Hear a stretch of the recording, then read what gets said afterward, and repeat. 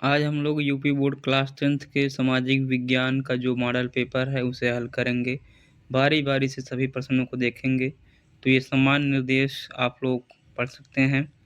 हम लोग एमसीक्यू पे आते हैं और उसे करते हैं। तो पहला प्रश्न जो है बहुविकल्पी प्रश्न है। फ्रांस की क्रांति के परिणाम स्वरूप तो इसमें 4 कथन दिए गए हैं। कौन सा परिणाम है? स्टेट जनरल का नाम बदलकर नेशनल असेंबली कर दिया गया। दूसरा कथन आंतरिक आयात निर्यात शुल्क समाप्त कर दिए गए। तीसरा कथन क्षेत्रीय मूल्यों को प्रोत्साहित किया गया। चौथा कथन फ्रेंच राष्ट्र की साझा भाषा बन गई। तो इसमें हम देखते हैं कि जो ऑप्शन सही है उसमें पहले, दूसरे और चौथे यानी कि सी ऑप्शन हम लोग देखते हैं। सी ऑप्शन सही है। पहला, दूसरा और चौथा कथन सही है। हम लोग आगे बढ़ते हैं। निम्न में से कौन सा नेपोलियन संहिता से संबंधित नहीं है? तो नेपोलियन संहिता की अगर हम बात करें तो जिसमें जो इसमें संबंधित नहीं है, जन्म पर आधारित विशेषाधिकार समाप्त कर दिए गए। कानून के समक्ष बराबरी और संपत्ति के अधिकार को सुरक्षित बनाया गया। तीसरा, श्रेणी संघों का कारीगरों पर से नियंत्रण हटा दिया गया। फ्रांसीसी नियंत्रण के अधीन क्षेत्रों को नेपोलियन सुधार से मुक्त रखा गया। तो हम लोग इसमें देखते हैं कि जो तीसरा कथन है सी, श्रेणी संघों का कारीगरों पर से नियंत्रण हटा दिया गया, ये संबंधित नहीं है। तीसरे प्रश्न को हम देखते हैं। हिंद स्वराज पुस्तक के लेखक हैं? तो महात्मा गांधी जी को हम जानते हैं कि वो हिंद स्वराज पुस्तक के लेखक हैं। चौथा प्रश्न है निम्न में से किसे अंतर्राष्ट्रीय मुद्रा कोष और विश्व बैंक में वीटो का अधिकार प्राप्त है? तो चारों ऑप्शन में से हम देखते हैं संयुक्त राज्य अमेरिका जो है उसे विश्व बैंक में वीटो का अधिकार प्राप्त है। संयुक्त राज्य अमेरिका। पांचवें प्रश्न में हम बढ़ते हैं तो इसमें कथन और कारण दिए गए हैं। पांचवें प्रश्न में 1928-1934 के बीच भारत में गेहूं की कीमत 50% तक गिर गई। और खा जो है कारण 1929 में विश्वव्यापी मंदी की लहर चली। तो इसमें हम देखते हैं कि कथन और कारण दोनों ही सही हैं और कथन और कारण की सही व्याख्या करता है। तो हम यहाँ पे ऑप्शन नंबर डी को सही ठहराते हैं। आगे हम लोग बढ़ते हैं। बेल्जियम में संस्कृति, शिक्षा और भाषा जैसे मामलों पर निर्णय लेने का अधिकार है। तो बेल्जियम में जो भाषा, संस्कृति और शिक्षा है वहाँ पे जो सामुदायिक सरकार होती है उसे निर्णय लेने का अधिकार होता है। तो ऑप्शन नंबर सी, सामुदायिक सरकार को। अवशिष्ट विषय से क्या तात्पर्य है? यहाँ पे हम देखते हैं कि पहला जो ऑप्शन है वे विषय जो राज्य सूची के अंतर्गत हैं। ऑप्शन बी, वे विषय जो समवर्ती सूची के अंतर्गत हैं। ऑप्शन सी, वे विषय जो संघ सूची के अंतर्गत हैं। ऑप्शन डी, वे विषय जो किसी भी सूची के अंतर्गत नहीं है।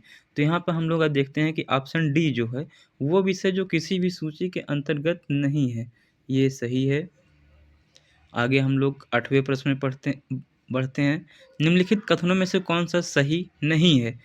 पहला कथन भाषाई आधार पर राज्यों के निर्माण से देश ज़्यादा मजबूत हुआ। दूसरा कथन झारखंड एवं उत्तराखंड राज्यों का गठन भाषा के आधार पर किया गया। तीसरा, हिंदी लगभग 40% भारतीयों की राजभाषा है।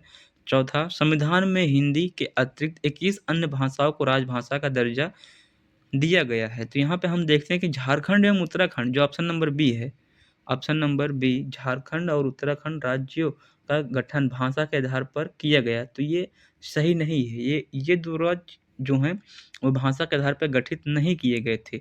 9वें प्रश्न हम लोग देखते हैं। भारत में धर्मनिरपेक्ष शासन व्यवस्था का मॉडल चुना गया, इस संबंध में सही कथन है। पहला कथन किसी भी धर्म को राजकीय धर्म नहीं बनाया गया। दूसरा कथन सभी नागरिकों एवं समुदायों को किसी भी धर्म का पालन करने की स्वतंत्रता है। तीसरा, संविधान धर्म के आधार पर किए जाने वाले भेदभाव को अवैधानिक घोषित करता है। तो जो 9वां प्रश्न है भारत में धर्मनिरपेक्ष शासन व्यवस्था का मॉडल चुना गया, इस संबंध में ये सभी कथन सही हैं। तो उपरोक्त सभी जो ऑप्शन नंबर डी है हम लोग इस पर टिक करेंगे, उपरोक्त सभी। 10वें प्रश्न में हम लोग बढ़ते हैं। राजनीतिक दलों से संबंधित सुधार संविधान संशोधन किस उद्देश्य से किया गया था? तो जो हम लोग देखते हैं कि पहला ऑप्शन जो है राजनीतिक दलों से संबंधित सुधार संविधान संशोधन किस उद्देश्य से किया गया था? तो दल बदल रोकने के उद्देश्य से किया गया था। ये पहला ऑप्शन ही सही है कि दल बदल को रोकने के उद्देश्य के लिए ही किया गया था।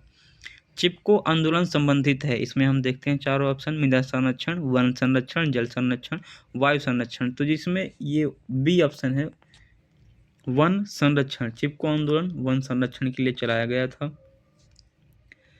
लंबे चौड़े क्षेत्र में उगाई जाने वाली कृषि प्रणाली कौन सी है? यहाँ पे 12वें प्रश्न को हम देखते हैं तो स्थानांतरित कृषि, रोपण कृषि, बागवानी कृषि, ऑप्शन नंबर डी गहन कृषि। तो यहाँ पे हम लोग ऑप्शन नंबर डी देखते हैं। गहन कृषि जो होती है वो लंबे चौड़े क्षेत्र में उगाई जाने वाली कृषि प्रणाली होती है। निम्नलिखित में से कौन सी टिप्पणी प्राकृतिक वनस्पति और प्राणी जात के पतन का सही कारण नहीं है? इसमें हम लोग देखते हैं कि ऑप्शन नंबर ए कृषि प्रसाद, ऑप्शन नंबर बी वृहत स्तरीय विकास परियोजनाएं, ऑप्शन नंबर सी पशुचरण और ईंधन लकड़ी एकत्रित करना, ऑप्शन नंबर डी तीव्र औद्योगिकरण एवं शहरीकरण।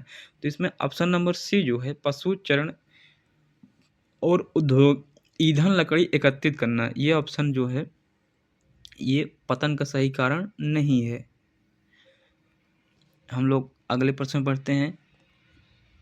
निम्नलिखित में से कौन सा राज्य हजीरा, विजयपुर, जगदीशपुर पाइपलाइन से नहीं जुड़ा है? तो इसमें जो हम लोग मध्य प्रदेश पहला ऑप्शन, गुजरात और महाराष्ट्र, उत्तर प्रदेश, ये 4 ऑप्शन जो दिए गए हैं, इसमें जो महाराष्ट्र है ये इस पाइपलाइन से नहीं जुड़ा है। निम्नलिखित में से कौन सा उद्योग बॉक्साइट को कच्चे माल के रूप में प्रयोग करता है? तो पहला ऑप्शन अगर हम लोग देखें कि एल्युमिनियम प्रगलन, ये जो है बॉक्साइट को कच्चे माल के रूप में प्रयोग करता है। एक वस्तु का अधिकांशतः प्राकृतिक प्रक्रिया से उत्पादन क्षेत्रक की गतिविधि है। जो प्राकृतिक प्रक्रिया है उसमें प्राथमिक क्षेत्रक होते हैं। तो इसमें भी हमारा ऑप्शन नंबर ए सही है। आप लोग देख सकते हैं ऋण के औपचारिक स्रोत में सम्मिलित नहीं है। तो सम्मिलित नहीं है तो जो जमींदार से जो ऋण लेते हैं वो ऋण के औपचारिक स्रोत में सम्मिलित नहीं है। ये हमारा ऑप्शन नंबर डी सही है। 18वें प्रश्न की ओर हम लोग बढ़ते हैं। सामान्यतः किसी देश का विकास किस आधार पर निर्धारित किया जा सकता है? तो हम लोग बारी बारी से ऑप्शन को देखते हैं। पहला प्रति व्यक्ति आय, दूसरा औसत साक्षरता स्तर, तीसरा लोगों की स्वास्थ्य स्थिति, चौथा उपरोक्त सभी। इसमें उपरोक्त सभी।